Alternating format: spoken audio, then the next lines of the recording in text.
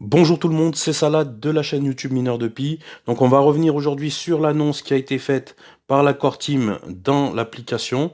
Et à la fin de la vidéo, je ferai quand même une petite critique par rapport à cette annonce. Comme vous le savez, moi je fais ni partie de la Core Team, ni du projet, ni de quoi que ce soit. J'ai juste retranscrit le projet puisqu'il m'intéressait sur ma chaîne YouTube et ça m'empêche pas du coup d'être critique vis-à-vis de ce projet. Donc l'annonce du jour, c'est Vince qui l'a fait et concrètement, il nous annonce qu'ils vont potentiellement diffuser des publicités dans l'application, ce qui va permettre de financer le projet, et il veut notre avis.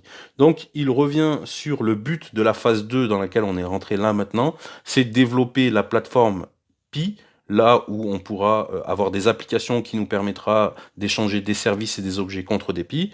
Et l'autre objectif, c'est de décentraliser le Pi, c'est-à-dire qu'au lieu qu'il soit miné entre guillemets sur des serveurs, qu'il devienne une crypto-monnaie avec un système de minage décentralisé. Donc, il dit qu'il y a une question qui revient, c'est quand est-ce qu'on sera en phase 3, quand est-ce qu'on pourra enfin échanger nos Pi contre des objets, être libre de faire ce qu'on veut de nos Pi finalement, ou de les échanger sur des plateformes d'exchange contre des fiat, c'est-à-dire des monnaies classiques. Donc, il dit que ça dépend de deux choses. En gros, la vitesse de la phase 2 va dépendre des ressources humaines et du soutien financier euh, lié au projet Pi Network. Donc, concrètement, au niveau des ressources humaines, ils expliquent qu'ils sont 8, d'accord? Il y a les 3 personnes de la core team et 5 développeurs, ce qui fait qu'ils sont là à gérer 500 000 personnes, si on rapporte ça au nombre de pionniers, pour un membre de la core team. D'accord? Donc, ils disent que c'est quelque chose qui est quand même pas très tenable, donc il va falloir qu'ils recrutent. De l'autre côté, ils parlent aussi du soutien financier, c'est-à-dire qu'aujourd'hui, c'est eux qui financent le projet, je suppose, j'ai pas. Ensuite, à côté du sujet des ressources humaines, c'est-à-dire des salariés de Pinatoire, il y a le sujet aussi du financement.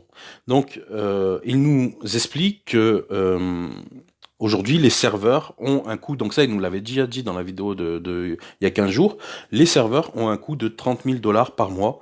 La vérification par téléphone, par exemple, c'est la Core Team, enfin, c'est eux qui financent cela, et ça a un coût d'environ 6 000 dollars par mois.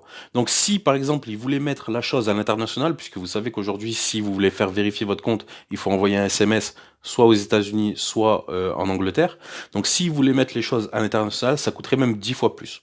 Donc, ce qu'il nous explique, c'est que toutes ces, on va dire, toutes ces difficultés, elles sont là parce que niveau finance, ils n'arrivent pas à suivre, entre guillemets, ou ils souhaiteraient mettre plus de financement pour avoir un service Pi de meilleure qualité. Donc, plus aussi, ils expliquent que plus le projet va se développer, plus les coûts vont augmenter. Donc aujourd'hui, il faut savoir que l'objectif de la phase 2, c'était d'être 1 million d'utilisateurs, sauf qu'aujourd'hui, on est pratiquement 4 millions, 4 fois plus. Donc je pense qu'ils ont été aussi débordés par le nombre d'utilisateurs prévus. Donc ils disent que c'est un sujet sensible, cette histoire de financement, donc ils veulent l'avis des pionniers et aussi construire ce financement côte à côte avec les pionniers.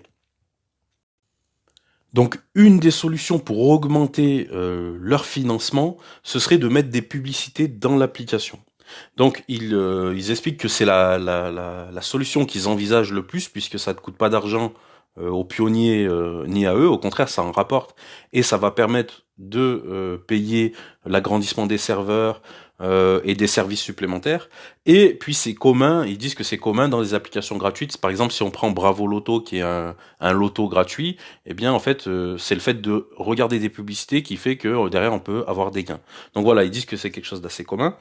Et donc, finalement, ils veulent l'avis des pionniers sur comment mettre en place ces publicités. Est-ce que ça va être toutes les 24 heures, vous savez, quand il faut réactiver le minage? Est-ce que c'est de temps en temps? Est-ce que c'est seulement les pionniers qui l'acceptent, qui sont volontaires, etc. Et ils demandent aussi, si jamais il y a des pionniers qui ont des autres suggestions, de les proposer, puisque potentiellement, la pub seule ne suffirait pas à... à financer l'intégralité du projet de la phase 2. Donc voilà, c'était tout. Donc bien sûr, il faut que les idées proposées par les pionniers respectent tout un tas de conditions, c'est-à-dire l'intégrité du projet, la confiance dans le projet, qu'il y ait un égal accès à chacun des pionniers, que ce soit transparent et que ce soit légal par rapport dans tous les pays où Pi Network existe en fait. Donc voilà, et il demande finalement de faire des retours. Donc ma petite critique personnelle par rapport à ce sujet, c'est que c'est une critique, mais en même temps, c'en est pas une. Certes, ils avaient prévu d'être 1 million d'utilisateurs pour la phase 2 aujourd'hui. Il y a 4 millions d'utilisateurs et c'est vrai que ça a un coût, c'est-à-dire que c'est eux qui prennent en charge le coût. Lorsqu'on sera en phase 3, ce coût, par exemple, des serveurs sera éliminé, puisque c'est chacun des personnes qui auront des nodes qui prendra en charge, qui remplacera le serveur finalement. Mais voilà, la phase 2 aujourd'hui, certes on est 4 fois plus, mais ils auraient quand même pu, je trouve, anticiper ce sujet, puisque si je reprends le white paper, j'ai jamais vu dire que potentiellement l'application, il y aurait des publicités ou quoi que ce soit. Après, ils disent que peut-être la publicité ne va pas suffire. Donc, qu'est-ce qu'ils ont comme idée derrière? Qu'est-ce qui va être proposé par les pionniers? Peut-être de faire des ICO. Donc, des ICO, c'est une levée de fonds. C'est-à-dire, par exemple, qu'ils vont mettre des PI en vente. Moi, personnellement, ça me dérange pas, puisque les ICO, c'est autorisé, etc. Par contre, moi, le point important auquel je tiens, c'est que lorsqu'on a adhéré au projet, etc., je me rappelle sur leur site, c'était bien écrit, gardez votre monnaie, on n'a pas besoin de ça, on construit un réseau ensemble, etc.